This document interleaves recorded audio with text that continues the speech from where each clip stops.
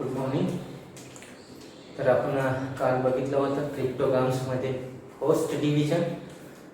तो first division होता division first, ज्यामध्ये पाहिलं होतं आपण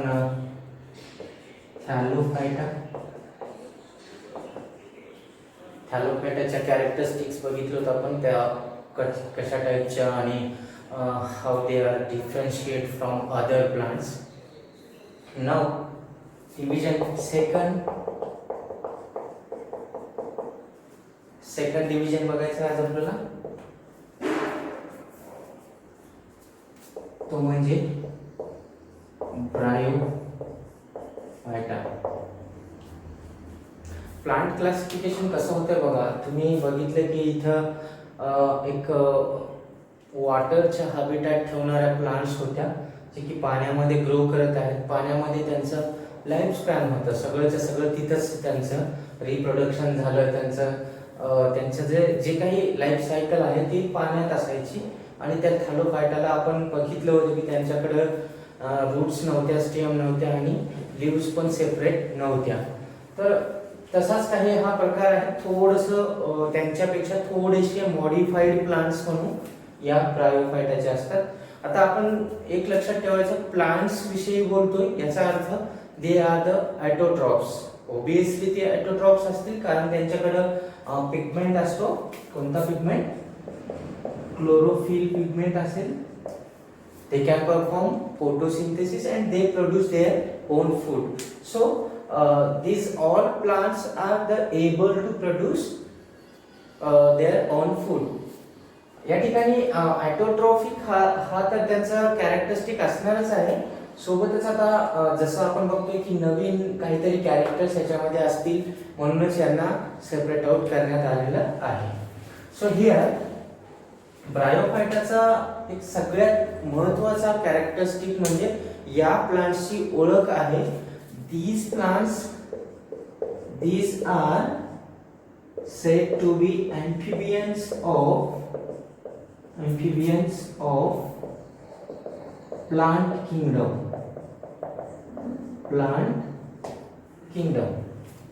These plants are called or are said to be amphibians of plant kingdom.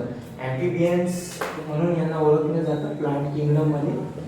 Other प्लांट्सना नाही म्हणणार आपण, यांना म्हणू आपण अँफिबियन्स.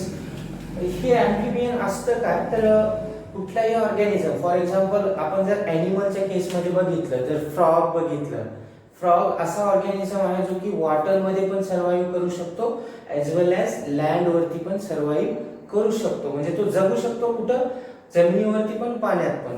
हाच एक प्रकार आहे. हे अगोदरचे प्लांट्स कसे होते? थॅलोफायटाच्या अल्गी कशा होत्या? ते पाण्यात जगायचे. आता याच्यानंतरचे जे मॉडिफाईड प्लांट्स आहेत, ब्रायोफायटा आहेत, त्यांना अँफिबियन म्हटले. त्याचा अर्थ आहे की here these plants can live on land as well as water. Can live on land and water, म्हणून यांना अँफिबियन्स म्हणून ओळखलं जातं. कोणाचं? तर प्लांट किंगडमचं. प्लांट्स मधल्या अँफिबियन्स कोण? तर ब्रायोफायटा. हे एक कॅरेक्टरिस्टिक झालं. आता ते तर कॉमन असणार. दीज आर द ऑटोट्रॉप्स आहेत. ओके. यांची सॉफ्ट आणि रिबन लाईक बॉडीज असते. यांच्याकडे हे पण सांगता येतं, दे do not have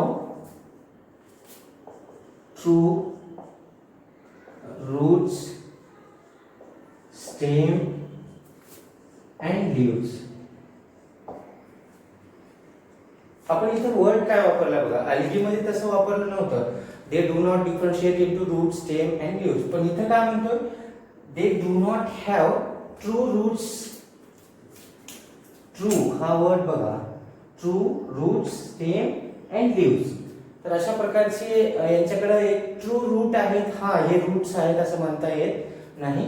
पण instead of these root, stem and leaves, they have these आपण म्हणूया these plants have तर यांच्याकडे असतं काय, तर हॅव दीज प्लांट्स हॅव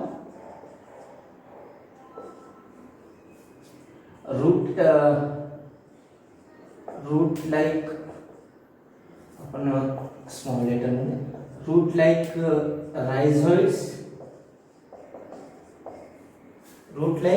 रायझोइड्स असतात त्यांच्याकडं. याच्यानंतर लीफ लाईक पार्ट्स असतात, लीफ लाईक पार्ट्स पण प्रेझेंट असतात.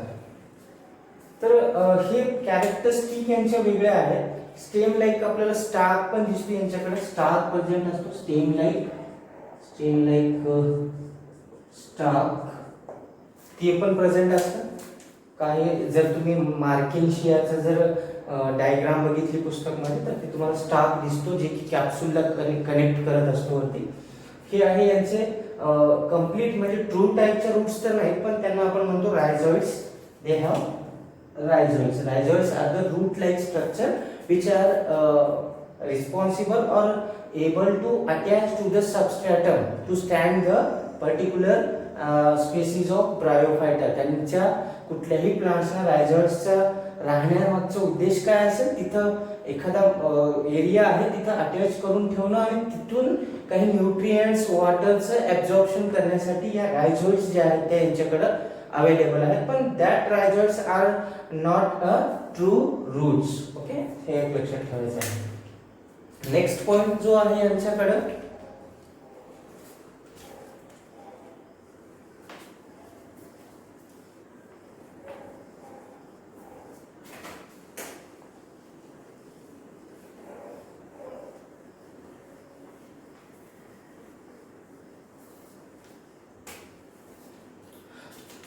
these plants, आता आपण म्हणूया याच्याबद्दल बोलतोय आपण, लक्षात ठेवायचं ब्रायोफायटा बद्दल. these plants are found on moist place, जिथं ओलावा दिसला तिथे ते अटॅच्ड असतील. लीफ लाईक पार्ट जो आहे, फॉर एक्झाम्पल आपण एक मार्किनशियाची जर डायग्राम बघितली पुस्तकमध्ये आहे, त्याची तुम्ही पाहू शकता.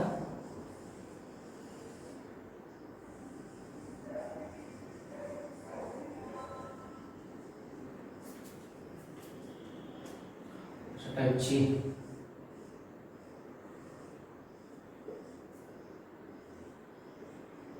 ओके.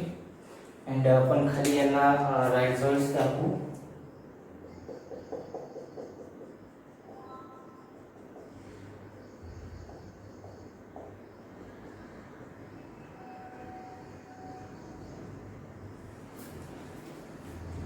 इथं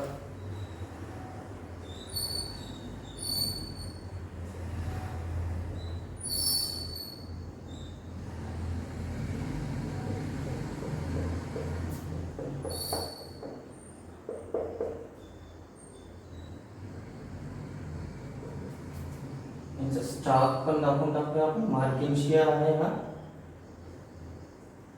अशा प्रकारचं स्ट्रक्चर.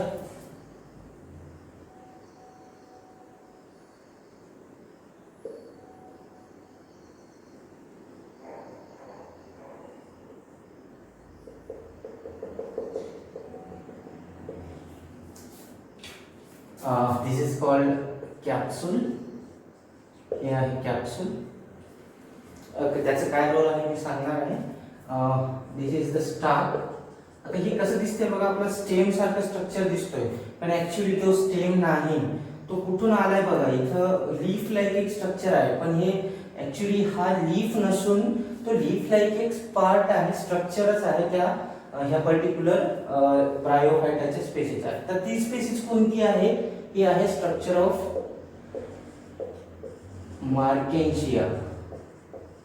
हे मार्केन्शियाचं स्ट्रक्चर आपण इथं ड्रॉ केलं. हे मार्केन्शियाचं काय आहे हे बघा, इथं दिलंय, दाखवले आपण. हे रूट लाईक दिसतात, पण ते काय आहे, रायझोइड्स आहेत. आणि हे जे पार्ट आहे, this is the leaf like part.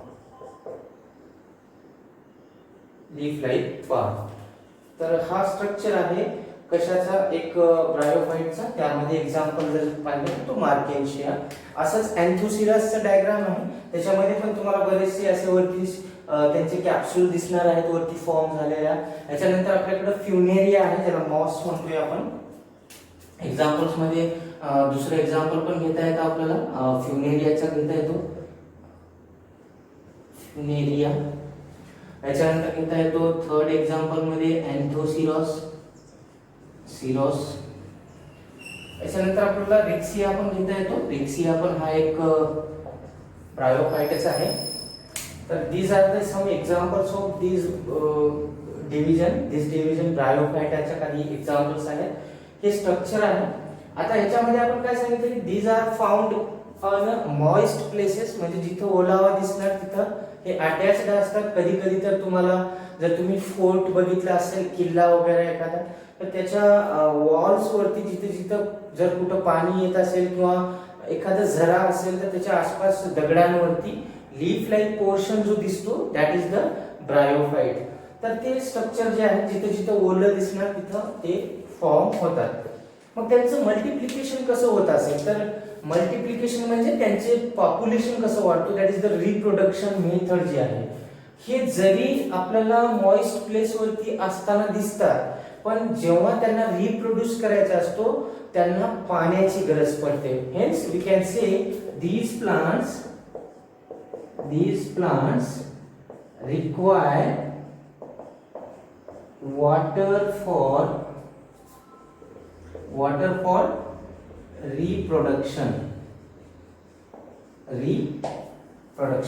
Reproduction साठी यांना वॉटरची गरज पडते, कारण अँफिबियन्स आहेत, अजून कम्प्लीट लँड प्लांट झालेले नाहीत. हे यांना वॉटरची पण गरज पडते.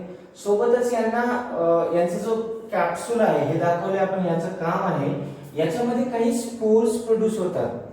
स्पोर्स इनसाइड द कॅप्सूल, याच्यामध्ये स्पोर्स प्रोड्यूस केले जातात कॅप्सूल मध्ये. तुम्ही फ्युनेरियाचा कॅप्सूल बघा, असा दिसणार आहे तुम्ही स्ट्रक्चर मध्ये. त्या फ्युनेरियाच्या कॅप्सूल मध्ये असतील किंवा अँथोसिरसच्या कॅप्सूल मध्ये, तर त्या सगळ्या कॅप्सूल मध्ये स्पोर्स प्रोड्यूस होतात. आणि या स्पोर्स जे आहेत जेव्हा डिस्पर्स होतात, इथून डेहिसन होतं त्यांचं, या कॅप्सूल मधून जेव्हा ते बाहेर पडतात, अशा प्रकारचे स्पोर्स हे बाहेर पडल्यानंतर त्यांना वॉटरची गरज पडते, कारण त्यांना मूव्ह करायचा असतो वन प्लेस टू अनदर. आणि वॉटर शिवाय ओलावा जिथे आहे, पाणी आणि ते सोबत असेल तरच त्यांचं डिस्पर्शन होतो. आणि मग त्या स्पोर्स जे आहेत त्या दुसरं जे आहे मार्केन्शियाचे स्पेसिस असेल तर मार्केन्शिया, दुसरा कुठलाही प्लांट असेल ब्रायोफाइटाचा, तर त्या spores are responsible to produce their new species. म्हणजे these plants are reproduces by spore formation, असं म्हणता येतं आपल्याला. कसे रिप्रोड्यूस करतात, तर with the help of formation of spores. Spores कुठे फॉर्म होतात, तर ते कॅप्सूल मध्ये या पद्धतीने आपल्याला फॉर्म होताना दिसतात. कॅप्सूल जेव्हा मॅच्युअर होईल, मॅच्युअर झाल्यानंतर तो डेहिसन होईल. त्याचं डेहिसन म्हणजे फुटणे, तिथून ते बाहेर येतील, स्पोर्स बाहेर येतील. बाहेर आल्यानंतर त्यांना जे त्यांचा मॉइस्ट एरिया असतो तिथं ते नवीन प्लांट मध्ये ह्यांच्यापासून त्याचा जो आहे तो नवीन प्लांट जो आहे तो तयार होतो. हे यांचं रिप्रोडक्शन मेथड आहे.